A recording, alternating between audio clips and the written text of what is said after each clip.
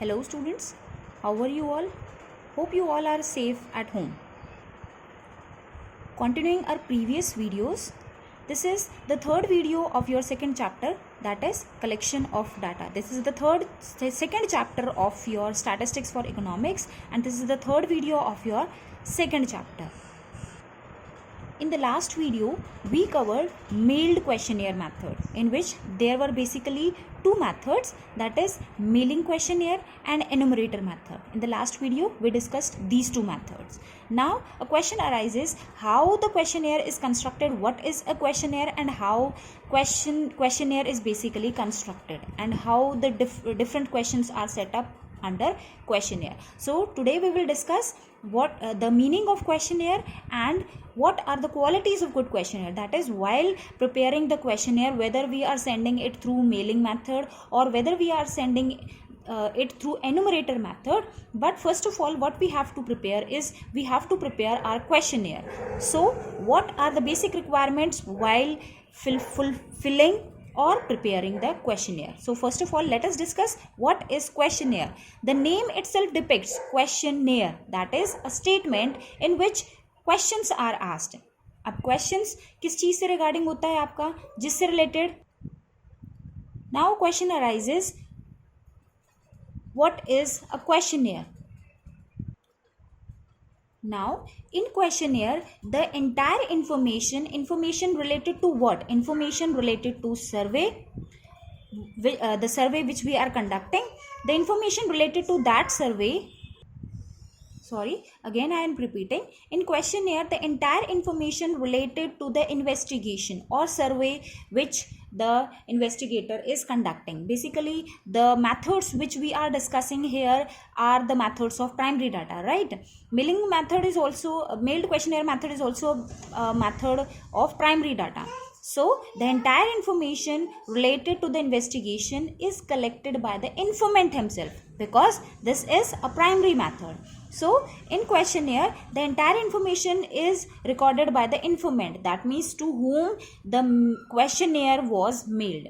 वो सारे क्या करेंगे, informant जो भी questionnaire में questions हैं उनसे रिलेटेड इंफॉर्मेशन जो है वो फिल करेंगे और हमें सप्लाई करेंगे. नेक्स्ट, शेड्यूल क्या होता है, डिफरेंस बिटवीन क्वेश्चनेयर और शेड्यूल क्या होता है. क्वेश्चनेयर जब हमने एनुमरेटर मेथड किया था तो हमने डिस्कस करा था कि एनुमरेटर यहाँ पे क्या करता है, क्वेश्चनेयर साथ में लेके जाता है और जहाँ से इन्फॉर्मेशन कलेक्ट करनी है, दैट मीन्स इन्फॉर्मेंट के पास वो पर्सनली जाता है और इन्फॉर्मेशन कलेक्ट करने के बाद एक शेड्यूल फिल करता है, जिस शेड्यूल में वो क्या करता है, उनके रिस्पॉन्सेस को, जो उन्होंने रिप्लाई दिया, जो इन्फॉर्मेशन उन्होंने डिलीवर करी है, उस शेड्यूल को उससे फिल करता है. तो ये डिफरेंस होता है आपका शेड्यूल और क्वेश्चनेयर में. That means questionnaire is basically filled by the informant and schedule is filled by enumerator, the person who is appointed for collecting the information with the help of questionnaire. So now question arises, while preparing a questionnaire, what requirements we should fulfill, or what are the qualities of a good questionnaire? This is the most important question of this chapter, that is qualities of good questionnaire. First point is limited number of questions. That means the questions which you are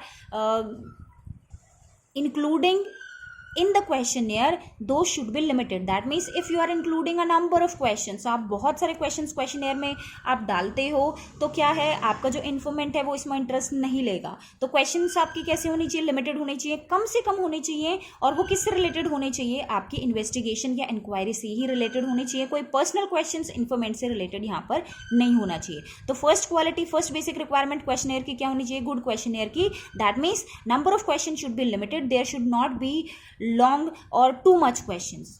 कम से कम questions आप include करोगे. Second point is simplicity. That means language, जो questions की आपकी language है वो आपकी सिंपल होनी चाहिए, ताकि इन्फॉर्मेंट को उसको रीड करने में या अंडरस्टैंड करने में कोई भी प्रॉब्लम ना आए. क्वेश्चंस आपकी शॉर्ट होनी चाहिए. कोशिश करनी चाहिए यहाँ पे कि येस और नो में आपके क्वेश्चंस हों, ताकि इन्फॉर्मेंट्स को यहाँ पर इन्फॉर्मेशन डिलीवर करने में कोई प्रॉब्लम ना आए. और ऐसे क्वेश्चन जिसमें कि मैथमेटिकल कैलकुलेशंस इन्वॉल्व हों, ऐसे क्वेश्चंस बिल्कुल अवॉइड करने चाहिए. Question should be very much simple, language should be simple, and the question should not be complex, difficult, and mathematical calculation should also be not there. Third point is your proper order of the question, the questions you are included proper आपकी sequencing होनी चाहिए, ऐसे उल्टे फुल्टे आपके questions नहीं होने चाहिए, order of questions आपका प्रॉपर होना चाहिए, पहला क्वेश्चन आपका क्या आएगा, सेकंड आपका क्या आएगा, प्रॉपर सीक्वेंसिंग के थ्रू ही आप क्वेश्चनेयर को प्रिपेयर करोगे। Next point is your no undesirable questions, पहले भी फर्स्ट पॉइंट में मैंने डिस्कस करा था, the questions which you are including should be limited also, as well as those questions should be related only to the survey और investigation. जो investigation आप कर रहे हो, जिसके लिए आप इंफॉर्मेशन कलेक्ट कर रहे हो, सारे के सारे क्वेश्चन सिर्फ उसी इन्वेस्टिगेशन से रिलेटेड होने चाहिए, कोई पर्सनल क्वेश्चंस आप यहाँ पर इन्फॉर्मेंट से पुट नहीं करोगे, राइट। सो अनडिजायरेबल क्वेश्चन जो कि रिक्वायर्ड नहीं है, ऐसे क्वेश्चंस आप क्वेश्चनेयर में इंक्लूड नहीं करोगे। Next is your no controversial,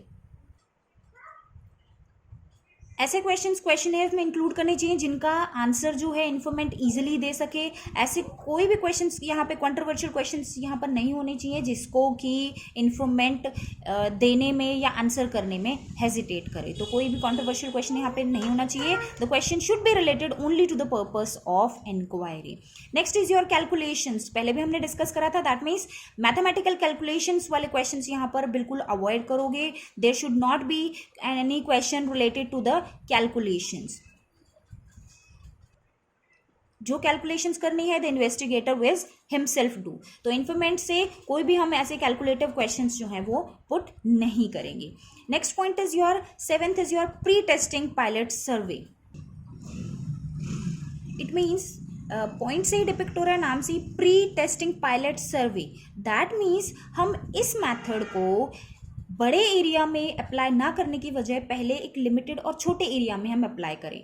अगर ये मेथड हमारा छोटे एरिया में सक्सेसफुल हो जाता है तो हम आगे फर्दर इसको बड़े एरिया में कंटिन्यू कर सकते हैं। तो प्री टेस्टिंग का मतलब है कि इस मेथड की या जो क्वेश्चनर्स हमने प्रिपेयर करा है उन क्वेश्चंस को हम कुछ इन्फॉर्मेंट से हम पूछेंगे ट्रायल बेसिस पर, अगर वो वहाँ पर सक्सेसफुल हो जाता है देन फाइनली इसे हम अपनी फाइनल फील्ड ऑफ इन्वेस्टिगेशन में अप्लाई करेंगे। That means pre testing means finally अपने इन्वेस्टिगेशन फील्ड में उसको अप्लाई करने से पहले हम एक छोटा सा यहाँ पर टेस्ट लेंगे, प्री टेस्टिंग जिसे हम कहते हैं, ताकि हम ये जज कर सकें कि हमने प्रॉपर क्वेश्चनेयर प्रिपेयर करा है और इस क्वेश्चनेयर को हमारे इन्फॉर्मेंट जो है प्रॉपरली रिस्पॉन्स देंगे, फीडबैक देंगे। Last point is your instructions. Questionnaire से पहले जैसे आपके एग्जाम्स में होता है, आप एग्जाम्स क्वेश्चंस लिखने से पहले आपके क्वेश्चन पेपर पर ऊपर टॉप पे कुछ इंस्ट्रक्शंस दी होती हैं टाइम से रिलेटेड, आपका मार्क्स से रिलेटेड, आपको क्वेश्चन की सीक्वेंसिंग से रिलेटेड, कितने क्वेश्चंस आपके कितने मार्क्स के हैं, ये सारी इंस्ट्रक्शंस आपको टॉप में दी होती है जैसे क्वेश्चन पेपर में। In the same way questionnaire में भी आपको क्वेश्चनेयर से ऊपर आपको कुछ इंस्ट्रक्शंस जो है वो दी होनी चाहिए, जो क्लियर इंस्ट्रक्शंस इन्फॉर्मेंट जो है वो फिल करेगा। सारी इंस्ट्रक्शंस होंगी रिलेटेड कि किस तरह से इन्फॉर्मेंट्स को क्वेश्चनेयर फिल करना है, कितने टाइम में उनको मेल करना है, दैट मीन्स रिस्पॉन्स देना है, फीडबैक देना है, ये सारे इंस्ट्रक्शंस आपकी टॉप ऑफ द क्वेश्चनेयर में इंक्लूड होनी चाहिए। 9th point is your cross verification. That means questions हमारे लिमिटेड होने चाहिए, लेकिन उसके साथ साथ हम इस तरह से क्वेश्चंस पुट करेंगे, एज फॉर एग्जांपल आपने सेकंड क्वेश्चन आपने पूछा है, 8th क्वेश्चन आप ऐसा पुट करोगे ताकि आप क्रॉस वेरीफाई कर सको कि इन्फॉर्मेंट ने जो इन्फॉर्मेशन दी है, जो रिप्लाई दिया है, वो इम्पार्शली दिया है, कोई भी रॉन्ग इन्फॉर्मेशन उन्होंने कल यहाँ पर नहीं दिया। That means cross verification question हम यहाँ पर पुट कर सकते हैं ताकि हम ये देख सकें कि इन्फॉर्मेंट ने इम्पार्शली जो है रिस्पॉन्स दिया है, फीडबैक दिया है। लास्ट पॉइंट आपका आता है रिक्वेस्ट फॉर रिटर्न। लास्ट में आप क्या देंगे, क्वेश्चनेयर के लास्ट में आप रिक्वेस्ट करेंगे कि टाइमली जो इन्फॉर्मेंट है क्वेश्चनेयर को फिल करके टाइमली उसे रिटर्न कर दें। इसके अलावा apart from that we also assure the informant that the information they have delivered will be confidential. That means these information will not be leak out, और उनका कोई भी जिन इन्फॉर्मेंट ने ये इन्फॉर्मेशन डिलीवर करी है ना तो उनका कोई नाम डिस्क्लोज किया जाएगा और ना ही जो इन्फॉर्मेशन उन्होंने सप्लाई करी है कहीं पर भी लीक आउट करी जाएगी। सारी की सारी इन्फॉर्मेशन और name of the informant these will be kept confidential. ये एश्योरिटी आपको इन्फॉर्मेंट्स को देनी है और उनसे रिक्वेस्ट करनी है कि टाइमली उस क्वेश्चनियर को फिल करके वो रिटर्न करें। So these were the qualities of good questionnaire. Next is see, some questions are given, आपको कुछ आइडिया यहाँ पे दिया गया है कि किस तरह से क्वेश्चनेयर में क्वेश्चंस पूछे जाते हैं, हमें किस तरह से क्वेश्चंस पूछने चाहिए। टाइप्स दी गई हैं कि किस किस तरह के क्वेश्चंस हम क्वेश्चनेयर में इंक्लूड करेंगे। First is your simple alternative question. Simple alternative question means कि हम इसमें सिर्फ ऐसे क्वेश्चंस इंक्लूड करेंगे जिनका आंसर इन्फॉर्मेंट येस या नो में दे, राइट या रॉन्ग में दे, गुड और बैड में दे, राइट। फॉर एग्जाम्पल आपने क्वेश्चन यहाँ पर पुट करा है, do you have a car, तो इन्फॉर्मेंट या तो येस फिल करेगा या फिर यहाँ पर नो फिल करेगा। तो इस टाइप के क्वेश्चंस हम इंक्लूड कर सकते हैं अपने क्वेश्चनेयर में, simple alternative question in which the response is given in yes और नो और राइट और रॉन्ग और गुड और bad. Second is your multiple choice question. जैसे एमसीक्यूज दिए जाते हैं, आपने एक क्वेश्चन पुट करा, उसके अलावा आपने बहुत सारे यहाँ पर ऑप्शंस दिए हैं जिसमें से एक ऑप्शन इन्फॉर्मेंट जो है वो फिल करेगा। जैसे आपका क्वेश्चन गिवन है, what is your mode of convenience from home to college, it can be on foot, cycle, bus और scooter. So this is what your multiple choice question in which the informant will select one option, right. Third is your specific information questions. In this type, some specific questions are asked in which the informant have to answer it. For example, in which class do you read? The informant will give the answer. How much pocket allowance do you get? This is not a multiple choice question. This is not an alternative question, but they have to answer these questions. Although these are very short questions, but these are not MCQ or not any alternative question. Next, fourth category is your open question. Open question is what? In which the informant is requested to give his views on specific issue. कोई issue आपने पूछा है जिससे related आप उनका opinion यहाँ पर opinion या उनका क्या व्यू है किसी चीज से रिलेटेड, किसी टॉपिक से रिलेटेड, किसी इशू से रिलेटेड, हम ये क्वेश्चन जो है इन्फॉर्मेंट से पुट करते हैं. That is open question in which informant is requested to give his view, his response, his idea on a specific issue. For example, यहाँ पे क्वेश्चन पुट करा गया, how can price in India be controlled. So what is, you are taking the view of that informant, right. He will give his view कि India में किस तरह से हम प्राइस कंट्रोल कर सकते हैं. हर पर्सन के अपने डिफरेंट व्यू होंगे, तो हम यहाँ पर इन्फॉर्मेंट से उनके डिफरेंट व्यूज जो है वो कलेक्ट कर सकते हैं. तो इनको क्या कहते हैं हम, open questions. That means we are presenting an issue before the informant and asking for their view, asking for their suggestion on that issue. Now see, आपको यहाँ पे क्वेश्चनेयर का एक एग्जाम्पल भी दिया गया है, जहाँ पर क्या है, ये क्वेश्चनेयर जो है 10+2 के स्टूडेंट्स के लिए है, जहाँ पर हम कुछ इन्फॉर्मेशन उनसे रिलेटेड कलेक्ट कर रहे हैं. हमारा यहाँ पर ऑब्जेक्टिव देखो स्पेसिफाई किया गया है. इस क्वेश्चनेयर का ऑब्जेक्टिव क्या है कि जो 10+2 स्टूडेंट्स हैं जो कि हॉस्टल में रहते हैं, उनकी मंथली इनकम और एक्सपेंडिचर कितना है, इस इन्फॉर्मेशन को कलेक्ट करने के लिए हमने ये क्वेश्चनेयर जो है वो प्रिपेयर करा है.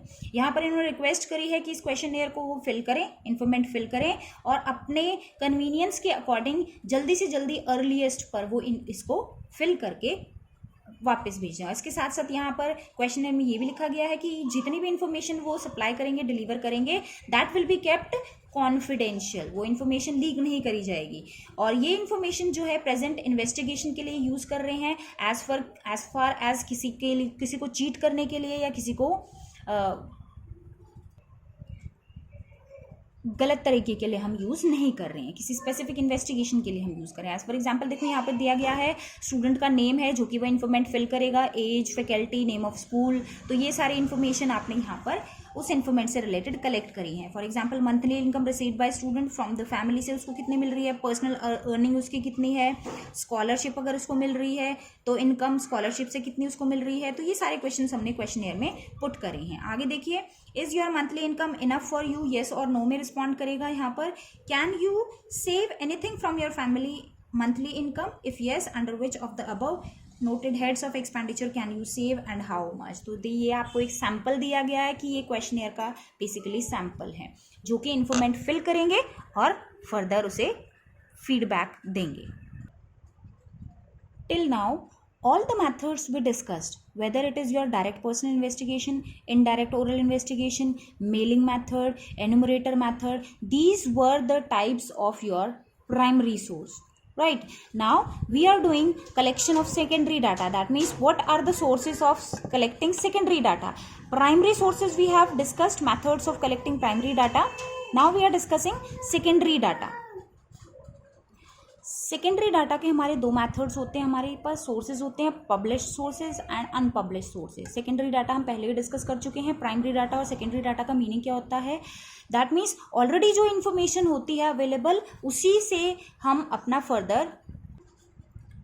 फर्स्ट मेथड सेकेंडरी डाटा के अंदर आता है हमारा पब्लिश्ड सोर्सेज. पब्लिश्ड सोर्सेज नाम से यहाँ पर डिपिक्ट हो रहा है. That means this source includes the data which is already in publication. चाहे वो गवर्नमेंट पब्लिकेशन है, चाहे वो कोई प्राइवेट पब्लिकेशन है, या किसी रिसर्च इंस्टीट्यूशन ने डाटा जो है कलेक्ट करके पब्लिश कर रखा है, तो इसके अंदर सारे वो सोर्सेज आएंगे जो कि ऑलरेडी पब्लिश्ड है. तो यहीं से ही हम ऑलरेडी डाटा यहाँ से ले सकते हैं, बजाय कि खुद इन्वेस्टिगेशन फील्ड में खुद इन्वेस्टिगेशन करके डाटा कलेक्ट करने के. अगर हमारे पास टाइम की शॉर्टेज है तो हम सेकेंडरी डाटा यहाँ पर यूज़ कर सकते हैं, और जितने भी हमारे पब्लिश्ड सोर्सेज हैं वहाँ से डाटा हम ले सकते हैं. One more thing I want to discuss here is published sources. That means कोई ना कोई ऐसी अथॉरिटी होगी पहले, या कोई ना कोई ऐसा इंस्टीट्यूशन होगा जिसने कि हो सकता है किसी और पर्पस के लिए डाटा कलेक्ट करा हो, लेकिन उसी पर्पस उस पर्टिकुलर चीज़ का, जैसे कोई इंडस्ट्री से रिलेटेड डाटा कलेक्ट करा है, बैंकिंग से रिलेटेड डाटा कलेक्ट करा है, या किसी भी पर्पस के लिए डाटा कलेक्ट करा है. ऑब्जेक्टिव उनका डिफरेंट हो सकता है, लेकिन डाटा जो है वो मे बी पॉसिबल कि हमारे भी यूज़ में आ सकता है. तो पब्लिश सोर्सेज में हम बहुत सारे हमारे जो हैं पब्लिकेशंस होती हैं, मेथड्स होती हैं. जैसे फर्स्ट हम यहाँ पर डिस्कस करते हैं government publications. Government publications means हमारी जो सेंट्रल या स्टेट गवर्नमेंट है इंडिया के अंदर, बहुत सारे statistical survey investigation time to time करती रहती है. जैसे इंडस्ट्रीज से रिलेटेड हर साल एनुअल सर्वे होता है इंडस्ट्रीज का, एग्रीकल्चर का होता है, बैंकिंग का होता है. डिफरेंट हमारे कमर्शियल बैंक्स जो है, सेंट्रल बैंक्स हैं, उनका टाइमली जो है गवर्नमेंट को इन्वेस्टिगेशन या सर्वे जो है टाइम टू टाइम कंडक्ट करती रहती है. तो गवर्नमेंट पब्लिकेशंस में जितने भी हमारे डाटा हैं वहाँ से भी हम उन डाटा को ले सकते हैं, अगर हमारे जो डाटा है वो रिलेवेंट हो हमारे इन्वेस्टिगेशन पर्पस से रिलेटेड. नेक्स्ट आता है आपका semi government publications. In this your semi government bodies, जैसे हमारी म्यूनिसिपैलिटीज़ होगी, म्यूनिसिपल कॉरपोरेशंस होगी, मेट्रोपॉलिटन काउंसिल्स होगी, ये भी टाइम टू टाइम एजुकेशन से रिलेटेड, बर्थ या डेथ से रिलेटेड, हेल्थ फैसिलिटीज से रिलेटेड टाइम टू टाइम जो है डाटा कलेक्ट करती रहती है. उनका ऑब्जेक्टिव डिफरेंट हो सकता है, लेकिन अगर इन एस्पेक्ट से रिलेटेड बर्थ रेट या डेथ रेट या हेल्थ या एजुकेशन से रिलेटेड अगर हमें डाटा चाहिए है तो हम सेमी गवर्नमेंट पब्लिकेशंस का भी यहाँ पर यूज़ कर सकते हैं. Third is your report of committees and commission. Government जो है time to time different committees और कमीशन यहाँ पर अपॉइंट करता है स्टैटिस्टिकल इन्वेस्टिगेशन के लिए, स्टैटिस्टिकल डाटा कलेक्ट करने के लिए. डिफरेंट कमीशंस, डिफरेंट कमिटीज़ जो है वो अपॉइंट करी जाती हैं, हायर करी जाती हैं, जो कि कौन करता है? गवर्नमेंट करता है टाइम टू टाइम. चाहे वो एनुअली हो, चाहे वो मंथली हो, चाहे वो 6 months में हो, या 2 या 3 years में हो, तो गवर्नमेंट भी यहाँ पर डिफरेंट कमिटीज़ और कमीशन यहाँ पर अपॉइंट करती हैं ताकि हम रिपोर्ट्स और स्टैटिस्टिकल डाटा यहाँ पर कलेक्ट कर सकें. Next is your publication of trade associations. जितने भी हमारे ट्रेड एसोसिएशंस हैं वो भी अपना डाटा जो है कलेक्ट करते हैं. जैसे हमारा इंडस्ट्री से रिलेटेड हो गया या फैक्ट्री से रिलेटेड हो गया. जैसे फॉर एग्जांपल आपको गिवन है शुगर मिल एसोसिएशन है, जो कि अपनी इंफॉर्मेशन जो है कलेक्ट करता है. ट्रेड एसोसिएशन से रिलेटेड या लेबर से रिलेटेड इंफॉर्मेशन यहाँ पर कलेक्ट करी जाती है और उसे पब्लिश करा जाता है. तो हम यहाँ से भी डाटा कलेक्ट कर सकते हैं. अगर किसी इंडस्ट्री का, पर्टिकुलर इंडस्ट्री का या फैक्ट्री का डाटा अगर हमें चाहिए है तो इस एसोसिएशन से भी हम डाटा यहाँ पर ले सकते हैं. नेक्स्ट आता है आपका पब्लिकेशन ऑफ रिसर्च इंस्टीट्यूशंस. हमारी कंट्री के अंदर बहुत सारे यूनिवर्सिटीज़, बहुत सारे ऐसे रिसर्च इंस्टीट्यूशंस हैं जो कि टाइम टू टाइम कोई ना कोई किसी स्पेसिफिक टॉपिक पर रिसर्च करते रहते हैं. जैसे आपका इंडियन स्टैटिस्टिकल इंस्टीट्यूट हो गया, जो कि इंस्टीट्यूट बेसिकली इस्टेब्लिश करा गया है स्टैटिस्टिकल डाटा की रिसर्च करने के लिए या इन्फॉर्मेशन कलेक्ट करने के लिए. तो ये भी अपनी प्रॉपर रिसर्च के बाद जो डाटा कलेक्ट करा जाता है, जो फर्दर उनकी इन्वेस्टिगेशन होती है, उसका डाटा जो है टाइमली पब्लिश करते हैं. तो इन इंस्टीट्यूशन से भी जो डाटा उन्होंने पब्लिश कर रखा है, ऑलरेडी पब्लिश कर रखा है, तो हम इंफॉर्मेशन यहाँ से ले सकते हैं. Next is your journals and papers. बहुत सारे ऐसे न्यूज़पेपर्स हैं जैसे इकोनॉमिक टाइम्स हो गया, कॉमर्स फैक्ट्स हो गया, जो कि टाइम टू टाइम स्टैटिस्टिक्स से रिलेटेड या और किसी टॉपिक से रिलेटेड इन्फॉर्मेशन जो है वो कलेक्ट करती है, तो हम इन जर्नल से और न्यूज़पेपर से भी अपनी इन्फॉर्मेशन ले सकते हैं। नेक्स्ट आता है पब्लिकेशन ऑफ रिसर्च स्कॉलर्स। जितने भी हमारे स्कॉलर्स हैं, रिसर्चर्स हैं, वो भी अपने रिसर्च के बाद अपनी पब्लिकेशंस को जो है पब्लिश करते हैं, अपनी रिसर्च वर्क को पब्लिश करते हैं, तो वहाँ से भी इंफॉर्मेशन हम कलेक्ट कर सकते हैं। नेक्स्ट है इंटरनेशनल पब्लिकेशंस। बहुत सारी ऐसी ऑर्गेनाइजेशन है जैसे यूएनओ है, आपका वर्ल्ड बैंक है, इंटरनेशनल लेबर ऑर्गेनाइजेशन है ILO। तो ये इंटरनेशनल जो इंस्टीट्यूशंस होते हैं वो भी अपनी publications, research work, time to time information जो है वो पब्लिश करती हैं। तो यहाँ से भी हम सेकेंडरी डाटा की फॉर्म में इंफॉर्मेशन को ले सकते हैं, अगर वो हमारे ऑब्जेक्टिव को सूट करता है या वो डाटा हमारी ऑब्जेक्टिव से रिलेटेड अगर रिलेवेंट है, तो यहाँ से हम इंफॉर्मेशन अपनी ले सकते हैं। इससे पहले हमने डिस्कस करा published sources, man that means जो डाटा पब्लिश्ड है, या तो वो किसी गवर्नमेंट ने या किसी प्राइवेट इंस्टीट्यूशन ने या किसी रिसर्च इंस्टीट्यूशन ने पब्लिश कर रखा है, तो वहाँ से हम डाटा ले सकते हैं। सेकंड मेथड जो सेकेंडरी सोर्स के अंदर आता है, सेकेंडरी डाटा के अंदर आता है, that is your unpublished sources. Unpublished sources में हम वो डाटा लेते हैं जो कि किसी गवर्नमेंट ऑर्गेनाइजेशन ने अपने सेल्फ रिकॉर्ड के लिए या सेल्फ यूज़ के लिए, ऑफिस रिकॉर्ड के लिए जो डाटा अपने पास रख रखा है। ऑल्दो वो डाटा पब्लिश नहीं करा है, लेकिन अपने सेल्फ रिकॉर्ड के लिए या अपने ऑफिस रिकॉर्ड के लिए गवर्नमेंट ने वो डाटा ऑलरेडी कलेक्ट कर रखा है, तो उनके रिकॉर्ड से हम इन डाटा को ले सकते हैं सेकेंडरी सोर्स के यूज़ के लिए। Okay, so this is what your unpublished source. Next, last topic of this chapter left is precautions in the use of secondary data. हमने डिफरेंस में भी करा था। reliable method आपको कौन सा होता है? primary data. Why? Because the investigator himself go to the investigation field and collect that data. secondary data इतना reliable नहीं होता है, तो सेकेंडरी डाटा को यूज़ करने से पहले हमें क्या क्या प्रिकॉशंस लेने चाहिए वो हम इस टॉपिक में डिस्कस करेंगे। फर्स्ट पॉइंट है आपका ability of the collecting organisation.